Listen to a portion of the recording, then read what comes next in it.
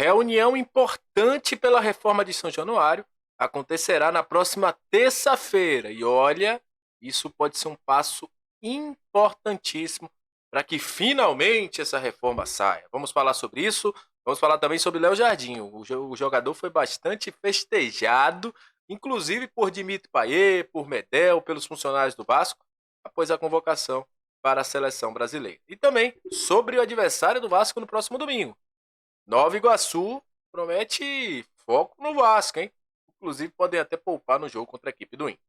Isso e muito mais, a partir de agora, no nosso Comentário Vascaína. Então você já sabe, né? Sobe a vinheta! Salve, salve, torcedor vascaíno, salve minha galera do Comentário, saudações vascaínas, estamos entrando no ar para falar de Vasco. Aquele abraço para você, né? Tá sempre junto com a gente, que curte, compartilha, que se inscreve no nosso canal, que deixa o seu comentário. Muito obrigado a você que está chegando pela primeira vez. Seja muito bem-vindo. É lugar de análise, informação, opinião, resenhas. Estamos todos os dias aqui falando de Vasco, pré-jogo, pós-jogo, resenha vascaína. Seja bem-vindo. Se inscreva no nosso canal, né? Ficarei muito feliz. A gente está chegando aí a 13 mil inscritos. Você pode nos ajudar nisso. Então, falta menos de 180 pessoas. Então, conto com vocês. Se inscreve e dá uma moral pra gente. Vamos falar de Vasco a partir de agora, porque tem assunto importante hoje. Vamos falar sobre reforma de São Januário daqui a pouco. Mas vamos iniciar falando sobre o adversário do Vasco no próximo domingo. Inclusive, a galera do Maracanã não quer liberar o estádio, né? É até uma possibilidade do Nova Iguaçu mandar o jogo para Brasília. O Nova Iguaçu, inclusive, que joga em Brasília contra o Internacional. Há uma possibilidade. Mas falando sobre o Nova Iguaçu, que é o mandante do jogo, o Nova Iguaçu enfrenta o Inter pela Copa do Brasil e pode fazer um favor ao Vasco. Porque se o Nova Iguaçu classifica, passa do Internacional, o Vasco vai para o pote 1. Teoricamente, o Vasco se afasta do pote 2, que tem os clubes que vêm da Libertadores, os clubes de melhor ranking, Palmeiras, Flamengo, entre outros times aí. Então, o Vasco poderia torcer, né? Já que o Cuiabá agora não foi eliminado por um gol que os caras perderam na cara, né? Se o Cuiabá tivesse sido eliminado pela Portuguesa, o Vasco já estava no pote 1, mas o Vasco nesse momento está no pote 2. Outra questão, o Nova Iguaçu deve poupar jogadores. O Xandinho, o Carlinhos, são jogadores que teoricamente estão sendo avaliados pela comissão técnica do Nova Iguaçu e podem sim ser poupados no jogo desta quarta-feira às 8 horas em Brasília contra a equipe do Internacional. Por quê? Os comandados de Carlos Júnior vê hoje a competição do Campeonato Carioca como mais importante. Apesar de que o Nova Iguaçu pode ganhar um dinheiro muito bom passando de fase na Copa do Brasil contra o Inter. Mas eles querem sim ir para a final do Campeonato Carioca, acham que é mais lucro e devem aí, vão, obviamente, como eu falei, fazer uma avaliação. O Vene Casagrande, inclusive, falou sobre isso. Mas pode ser aí que Carlinhos e Xandinho, dois jogadores importantes que, inclusive, infernizaram o time do Vasco no último domingo, estejam fora do jogo contra o Inter para poder serem poupados para o jogo do próximo domingo, às 16 horas, ainda sem estádio, né? A FES já botou o Maracanã, mas pode ser que não seja. Vamos ver o que, vai rolar aí. Falando sobre a situação do Vasco, né? O estádio de São Januário, haverá uma reunião importante. E essa reunião, gente, ela pode fazer com que, nos próximos dias, a situação do potencial construtivo, do projeto do potencial construtivo, ela seja adiantada. Como a gente falou, seria de 30 a 45 dias. E é o seguinte, a reforma volta a avançar. Havia tido um hiato muito grande aí na saída do Salgado, entrada do Pedrinho, e aí tinha sido se afastado. O projeto que falava na Câmara que estava sem movimentação. Mas na próxima semana, o projeto de lei do potencial construtivo será debatido em uma reunião suprapartidária. Uma reunião entre vereadores de vários partidos com representantes do clube associativo. Por isso que o nome é suprapartidário. O encontro será na próxima terça-feira, daqui a uma semana, 14 horas, e foi convocado pelo presidente da Câmara, né, o Carlos Caiado, todos os vereadores vascaínos, como Alexandre Esquerdos, Pedro Duarte, Paulo Pinheiro e outros nomes também são esperados.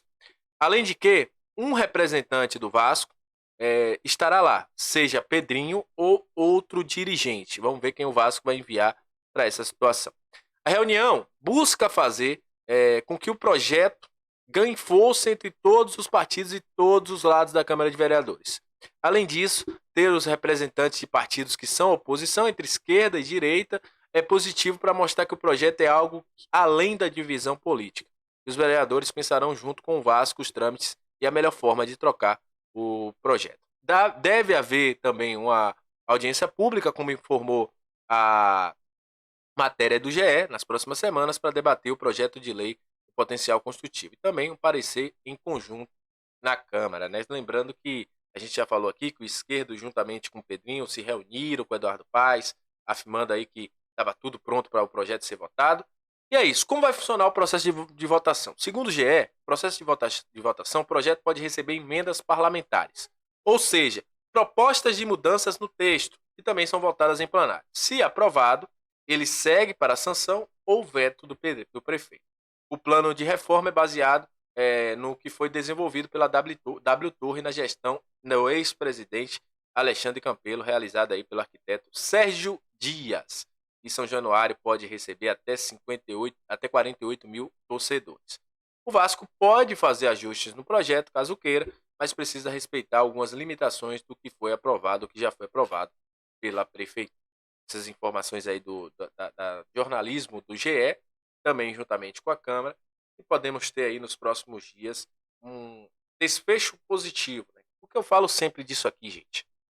E é importante eu estar falando. Tem gente que fala assim, tá cansativo, não fala mais disso. Cara, se a gente não fala, a gente deixa cair no esquecimento, as coisas não acontecem. A gente falou aqui há 4 semanas, um mês atrás, cadê o projeto do potencial construtivo? Inclusive foi um vídeo que deu um engajamento legal. E a gente falava, cadê o projeto? Será que vai ficar somente na promessa? E hoje a gente vê que esse projeto andou. A gente tem que cobrar.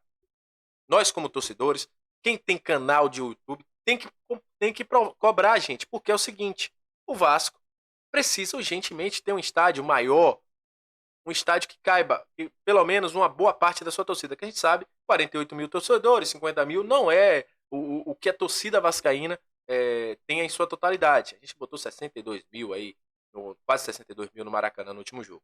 Então, a gente tem capacidade sim para ter um estádio grande para a gente lotar todos os estádios. Qual a diferença que você vai ter tendo um caldeirão com 48, 50 mil pessoas, 45, do que você ter um caldeirão com 20 mil pessoas? Além do ganho financeiro, a gente ganha com essa torcida que sabe o que fazer, sabe dentro de campo como embalar essa equipe. E olha, para encerrar o vídeo, hoje foi dia de Léo Jardim tirar foto. Você tá vendo ele com a camisa do Vasco, a bandeira do Brasil. Também fez o inverso, bandeira do Vasco com a camisa do Brasil. Foi recepcionado com muito carinho, principalmente um dos que mais vibraram foi o Payet. O Rossi também fez aquela brincadeira ali junto com o Almirante, defina em uma palavra o Léo Jardim. O próprio Medel também parabenizou bastante. Todo o staff do Vasco, preparador de goleiros, todos foram bem aí receptivos com essa convocação do nosso querido Léo Jardim. Léo Jardim disse que estava dando banho no filho, né, no momento que foi convocado. Quando ele desceu para ver, o celular estava cheio de ligação, cheio de mensagens, ele não entendeu o que era e quando foi ver, tinha sido convocado para o Vasco. Disse que foi uma decisão muito difícil voltar para o Brasil, mas ele sabia que ia colher os frutos, né? Depois de um ano, olha como a história é maravilhosa, né, cara? Há um ano atrás a gente estava falando aqui, eita, Ivan, Léo Jardim, não sei o quê. E o cara hoje está na seleção unânime. Todo mundo falava, Léo Jardim é seleção. E foi convocado pelo Dorival. Isso aí, gente. Tamo junto. Até a próxima. Saudações vascaínas. Muito obrigado pela sua audiência. É sempre um prazer ter você aqui junto com a gente. Saudações vascaínas. Até a próxima. Se inscreve, dá uma moral. Valeu. Compartilha bastante nossos vídeos aí.